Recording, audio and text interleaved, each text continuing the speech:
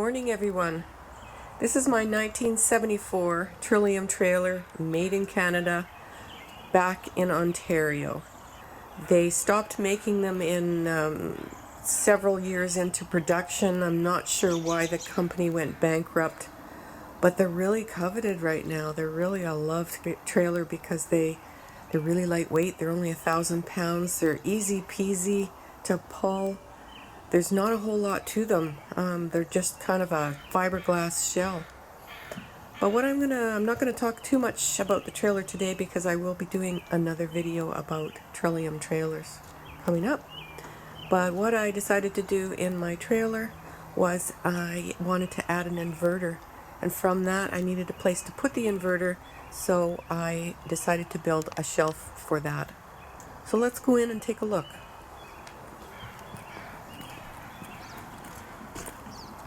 This is going to be the little reno that I'm doing. How it all started was I wanted to add an inverter. Where do I put this inverter? I think it's an important choice.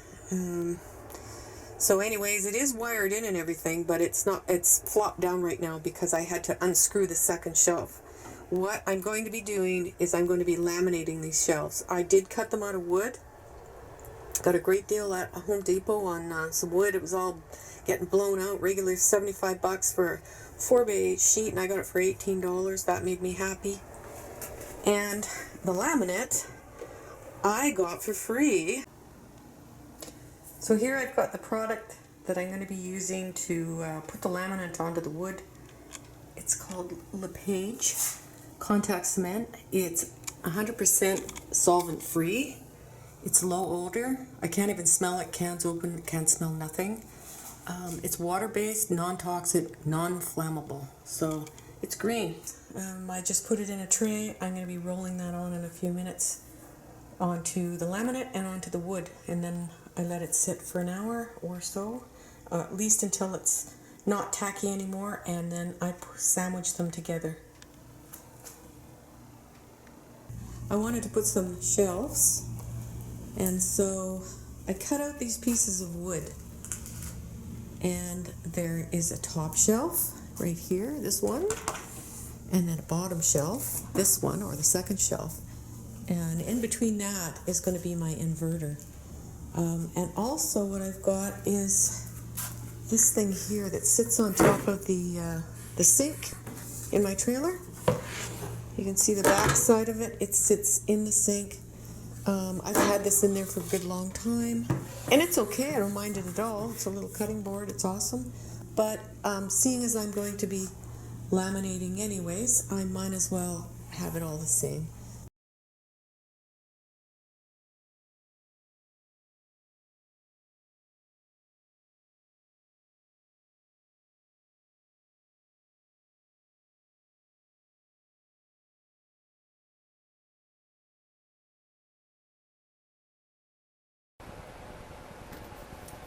So here we go. We have got, we're going to adhere these two contact cement. As you can see, I touch it. Nothing. And again, nothing. But when these two touch, they'll really stick to each other. So the idea is to, with these things here, you can use dowels as well. The idea is to make sure that you've got this placed down over top of. So once you have that down like that, you look around on all sides. Actually, it should be going like this. And make sure that you've got lots of overlap, which I do. You cut this quite a bit bigger. So after you make sure that that's correct, what you need to do is you can pull one out, push it down,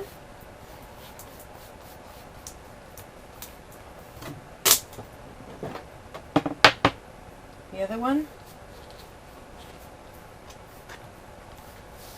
push it down. And then from there, if you have a proper roller, that's great. A lot of people don't. If you're just doing a small job like this, I wouldn't worry about it too terribly much, but I just use my roller pin.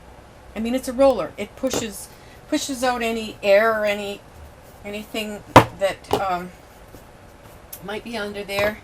It's a nice tight fit. And when I finish doing this, I'm actually going to turn it upside down and I'm going to walk on it, because my weight will make sure that I get it all. And I'll just kind of shuffle along. And I can do this too. I can push this. It's not going to hurt the laminate.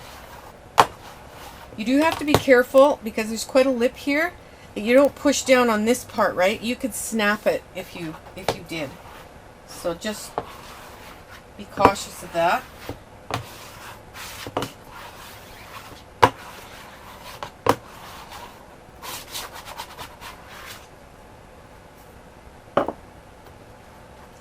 I'll flip it, and you can see this is the only one I was a little worried about because it's laminate. This top part was laminate. This was on the kitchen sink in my trailer, and stayed on there and acted as a cutting board and covered up the kitchen sink and was good. It's really good. But I wanted to have, if I'm going to do some laminate, why not do some clean, fresh, new laminate and have it all the same? So I'm ready for the next part of the video. So here we go today with routing the edges, making it nice, a nice edge along the shelves that I've made. So here's my router. I have all kinds of different bits that I thought I'd show you. Here we go. In this bunch you can see that this particular bit, for example, cuts like this. They all have a different way to cut whatever it is your project is. Again, I have a bunch over here. And here's my chuck for putting the bit in. And what I need actually for my particular project is called an ordinary flush trim with a bearing on the end. And it cuts anything that sticks out proud.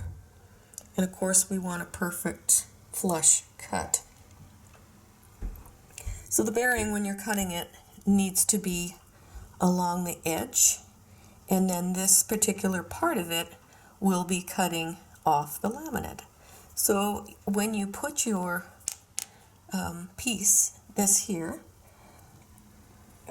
you have to put it in correctly. You have to adjust it and check to make sure that it's going to be cutting where you want it to cut.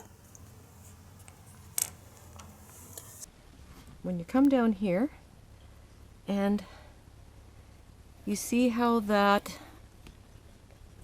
piece, I can't let go. Oh yes I can. This piece right here, it rolls. It has to be touching the actual piece so that your router actually will work correctly. If this piece here was down here, it'd be gouging in and wouldn't cut correctly. So the roller goes against the wood and rolls around like this. Gives it a... Okay. Okay, here we are. Was just gonna do a quick how-to on filing.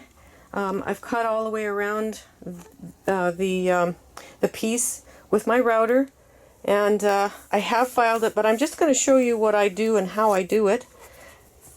This particular file is a fine file. It doesn't have deep grooves or anything. There's different grades of files.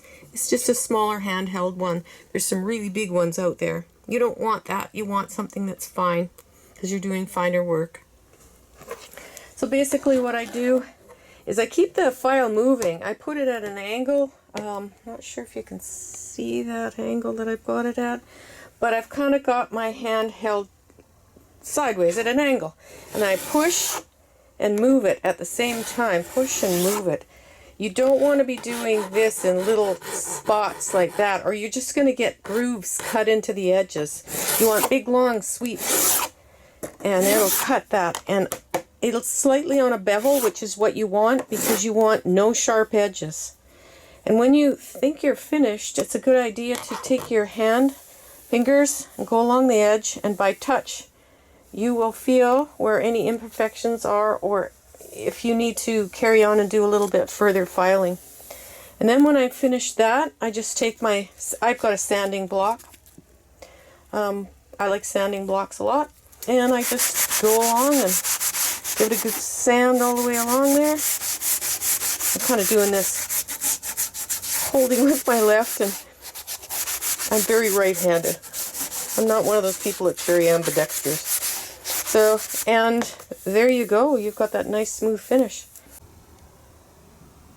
So here I've got the laminate on the piece, one of the pieces, and my question was, what am I going to use for edging in the front? So I've decided, after a little bit of running around to a few places this morning, I thought of Sluter, which is a metal edge, which I tried and it doesn't exactly fit right, and I preferred this piece of trim. I'm not sure how well you can see it. It is kind of a rounded edge, and so that rounded edge it's flat on one side, rounded on the other, and it's going to go up against the flat, and it will slightly hang over the edge to the bottom. You can't really see it very well, but you will in the finished. I think it'll look nice, and then I can decide what kind of finish I want to put on it. So I'm going to show you what I finally ended up with after I finished my project.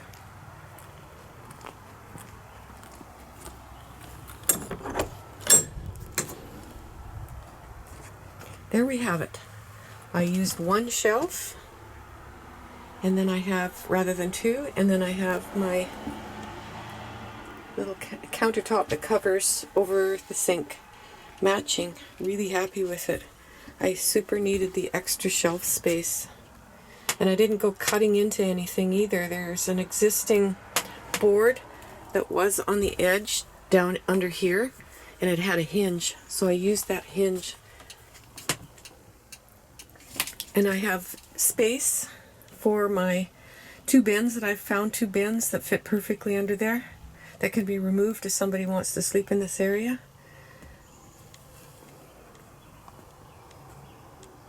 Now, I had put the inverter on the second shelf, and it ended up, the inverter was quite loud.